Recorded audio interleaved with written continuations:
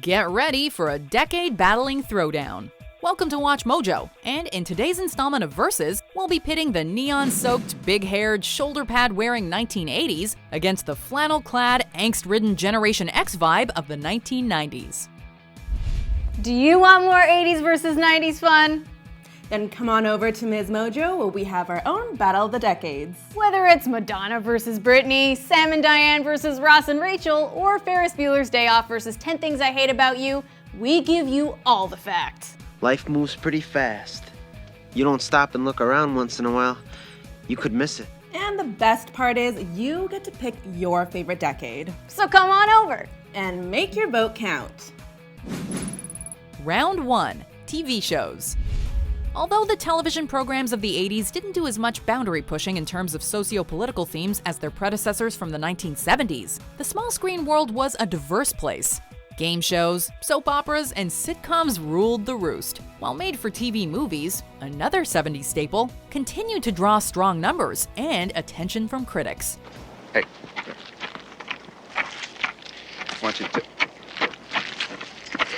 Basic cable also began to pop up in more homes than ever during this time, with pay channels like HBO and Cinemax bringing uncut films to TV screens around the world. Okay, game shows, soaps, and specials struggled to find an audience in the 90s, and TV movies pretty much got phased out of network television in favor of cable channels like USA or the Hallmark Channel. But it was during the 90s that TV became more realistic, building on the foundations established by great 80s programs like Hill Street Blues or St. Elsewhere. Oh no, I'm not holding that spear. Plus, television content was getting edgier, contrasting the way too sweet sitcom boom of the previous decade. It'll be the sum total of what you've done that counts, not the passion. Upstart channels like Fox courted controversy with hit shows like Married with Children and In Living Color, while primetime young adult fare like Melrose Place pushed the envelope in terms of pulp storylines and tawdry sex. Oh, don't stop now. So, while 80s television really ran free with tons of content, that content was arguably streamlined during the 90s, making it stronger and more impactful. Winner, 90s. Round 2. Fashion. We all know about let's say the lack of subtlety that defines many 80s fashion choices. Whereas decades past may have been associated with muted tans and browns, the 80s brought forth an explosion of color that shattered convention and promoted individuality. The thing about fashion in the 80s was the risk factor. Fashion choices were made to be noticed, sometimes at the expense of good taste. Big hair, big makeup, big shoulder pads. Everything was big, and everything was not necessarily functional. But as long as it was totally rad, it didn't even matter. I just want to let them know that they didn't break me. If the 80s were all about crafting a unique image, the 90s promoted the anti-image, likely as a response to the "hey, look at me" aesthetic of the previous decade. Ugh, as if. The idea in the 90s was to look like what you were wearing was an afterthought. Somehow, no style was the style. Relax, it's only magic. Grunge and alternative rock were also to thank or blame for this dress-down reaction to the big-haired pop rock and heavy metal of the 80s. Fewer chances were taken and clothes were toned down in a big way, in terms of color and design. While the ripped jeans and flannel or baby doll dresses and boots looks are both iconic, 90s style is harder to define than 80s style. What's more, the 80s reputation for ingenuity and fearlessness gives it the edge in this round. Winner, 80s. Big mistake. Big. Huge. Round 3. Games. 80s gaming cannot be discussed without mentioning the great video game crash of 1983, when the industry fell into a deep recession and several companies declared bankruptcy. Many factors caused this collapse, not the least of which were the straight-up bad games being released, as well as the influx of competing consoles. Gaming didn't disappear though, and many families still purchased and played their Atari systems and home computers.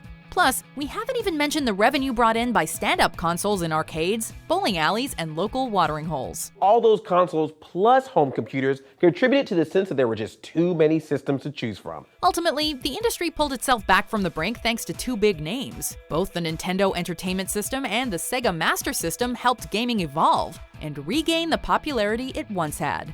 However, this comeback really solidified itself in the 90s, when both Nintendo and Sega were publishing some of their most beloved titles. 16-bit arcade graphics. You can't do this on Nintendo Genesis does. Gone were the days when people thought gaming was reserved for troublemakers and skeevy arcades. In the 90s, it became more common than ever for the average home to own at least one video game system, if not more. Everyone from the city to the suburbs was gaming away to their heart's content. And it wasn't only kid stuff either, as evidenced by the massive popularity of Sony's PlayStation. It may look like a harmless bagel toaster, but inside is a deadly donut. While the 80s was the decade when this industry arguably saw the most growth, in the 90s, video games truly came into their own as a hobby for all ages, laying the groundwork for what is today one of the largest segments of the entertainment industry. Winner, 90s.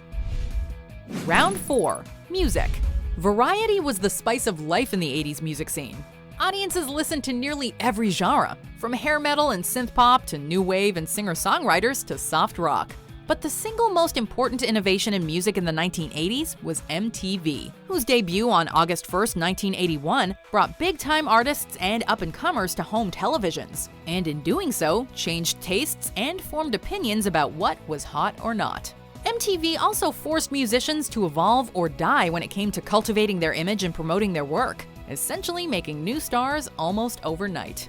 Music in the 90s was largely a reaction to the flash of the decade that preceded it. As with fashion, the anti-image became the trend, with artists rebelling against the establishment, and no genre exemplified this better than grunge. Although it soon became as much of a trend as the hair metal that came before it, the hard guitars and realistic subject matter were a breath of fresh air on the pop charts. Elsewhere, voices in the underground were making waves in the hip-hop and extreme metal communities, both of which were becoming darker and grittier by the day.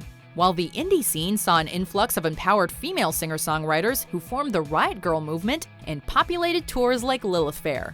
There was a lot to like about music from both of these decades, but ultimately, the power of music television wins out here, evening out our versus battle at 2 rounds apiece. Winner, 80s. Round 5. Films. Nostalgia is a powerful thing, which is why so many 80s movies are considered classics. From one-off winners like The Goonies and E.T. to franchise hits from the worlds of Indiana Jones and Back to the Future, the earnestness of these films is tough to beat, and their honest desire to entertain is something that's often looked back on fondly by moviegoers around the world. My calculations are correct. When this baby hits 88 miles per hour, you're gonna see some serious shit.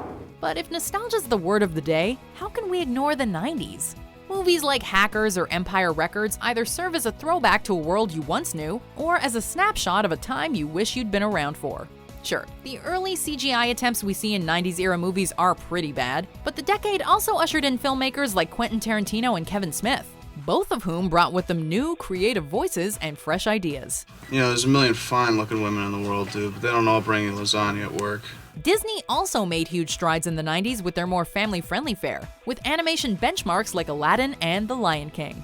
Okay, but the 80s was the heyday of slasher movies, right? Well, eventually, with all those sequels, it became overkill.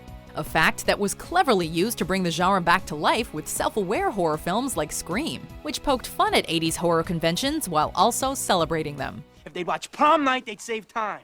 There's a formula to it. A very simple formula. Everybody's a suspect. It comes down to the wire once again, but at the end of the day, the 90s kids pull out what's perhaps an upset victory, knocking out the 80s with a score of 3 rounds to 2.